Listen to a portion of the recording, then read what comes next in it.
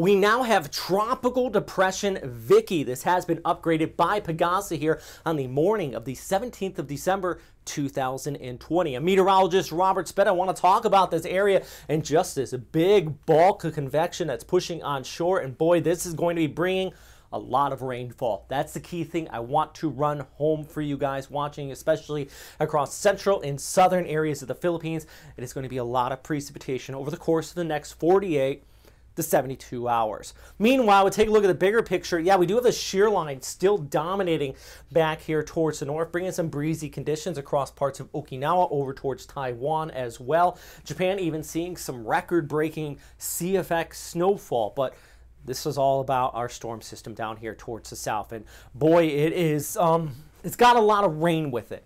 Let's just say that. I'm not going to say it is a typhoon because that is not what it is. It is not even named a tropical storm by the Japan Meteorological Agency, but a tropical depression with plenty of a thunderstorm activity with it. This is the key thing I want you to notice. Look at just this line of cumulonimbus clouds stretching back towards the east, towards the west.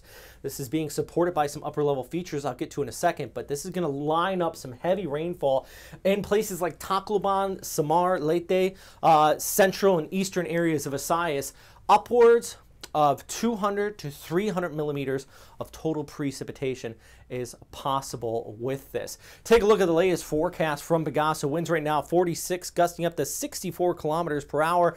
We have a tropical depression as it does continue to move off there towards the west. By the way, PAGASA, the Philippine Meteorological Agency, for those of you who may be visiting, don't know what PAGASA is. I'm throwing around these names here. That's what it is. This is their official track from that agency as it pushes over northern areas of Mindanao off towards Palawan. I'm just going to quickly show this because a lot of people get caught up with this track. And if we're talking about a Category 4, Category 5 type super typhoon, the track's important because the center line holds the core of the winds. But with this particular system, the core is not really there. It is much more broad.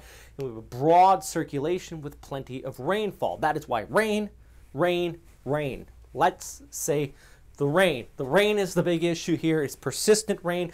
It is plenty of rain. I think we're going to be seeing flooding, maybe a possible landslide. We do have gale conditions along the east coast because of that interaction with the monsoon, but the heavy rain is the main impact in Mindanao. I think I've said that enough. You think you guys got the point yet? Storm surge is going to be minimal. Wind damage, minimal to moderate. Depends on where you are, but most of you, it will be minimal. All right, let's talk about our forecast here. Let's get a little science here and geek out with you guys. I know a lot of you watching, that's what you want to see. So we have the gale conditions basically stretching from our center of circulation, which is down here towards the south, all the way back here towards the north, thanks to that high pressure working its way in with the monsoon. You kind of get that squeezing with the pressure gradient, brings those conditions. That was at the surface though. Let's pull back the picture. We're going to look at 500 hectopascals aloft. That is in the upper atmosphere. We're talking about 20, 25,000 feet up. And you can see here we have that flow. The winds are higher right over where we had that easterly flow here, which was a lot less near the surface. This is not conducive for an intensifying storm system. This is what we call speed shear. We want the winds to be kind of the same at the surface and aloft, but what this does bring is that enhanced flow off from the east towards the west here, and thus enhances that flow, that training effect, if you will, of persistent showers on shore. So not a typhoon, but once again, another feature that indicates to me we're looking at a pretty serious rain event here. As we go ahead in the Friday afternoon, that's where that looks like. Let's talk about Friday afternoon with the rainfall here. So here's our circulation starting to near Mindanao. You have those heavier showers already pushing on shore north of that center of circulation. This is by Friday night. It starts to move over northern areas of Mindanao, thunderstorms across much of Visayas, northern Mindanao. Davao, actually, you're probably going to miss out on most of the worst of the weather. I'm not saying you're in the clear because you're definitely going to see some showers, but the heavier stuff is back here towards the north. I think the worst of it will be here in Leyte and Samar. Tacloban, yeah, you're going to be looking at some pretty decent rainfall. Not only decent, not only heavy showers, persistent That's the key thing. It's not like an afternoon thunderstorm where it's gone in 20 to 30 minutes like we always see out here in the tropics. It's going to be persistent. Then as this moves off here towards the Sulu Sea, Palawan's going to start to get impacted. But look back towards the east. Thanks to that strong upper level flow with this easterly wave, we're still seeing that flow come on shore with heavy showers being indicated there in the yellow and reds across central and northern areas of Luzon. So I've had a few questions from people. How is this going to impact the Cagayan Valley here in northern Luzon? And you know what? Directly, but indirectly, thanks to that, then we start to see the interaction with the monsoon, that flow coming in from the east. It is going to bring some showers on their Cagayan Valley to Cagayan River. Don't need rain, but it does look like it is going to be bringing you some showers out here. So 3-day rainfall totals. Red is indicated 50 to 100. Some of these darker shades, so that's well over a meter of rainfall over the course. Right there, here's your scale. The darker gray colors show upwards about 200-300, close to a meter. And once we start getting, I don't think anybody's going to see 1,000 millimeters. Probably should change that color code, huh? But I think upwards of 500 to 600 millimeters is possible in these isolated locations where that flow is going to continue to push on shore. So anywhere along the east coast of Luzon, down towards Visayas, even eastern areas of Mindanao, really that threat of flooding. Anywhere along the eastern seaboards of a lot of these islands, in fact, I mean, you just take a look back here towards the north, we're still looking at some areas of southern Luzon, actually some pretty persistent precipitation. The good news, most of this does stay out of Manila. Of course, you're going to see some showers, but I think the bulk of it is on the eastern coast, a lot of these islands, once it rains out and pushes off there towards the west. All right, so that's the bigger picture with this, guys. Rain, rain, rain. Hope that helps you out with tropical depression Vicky. If you're still watching, you're one of those avid weather lovers, and I really appreciate it. Hit that like button, subscribe.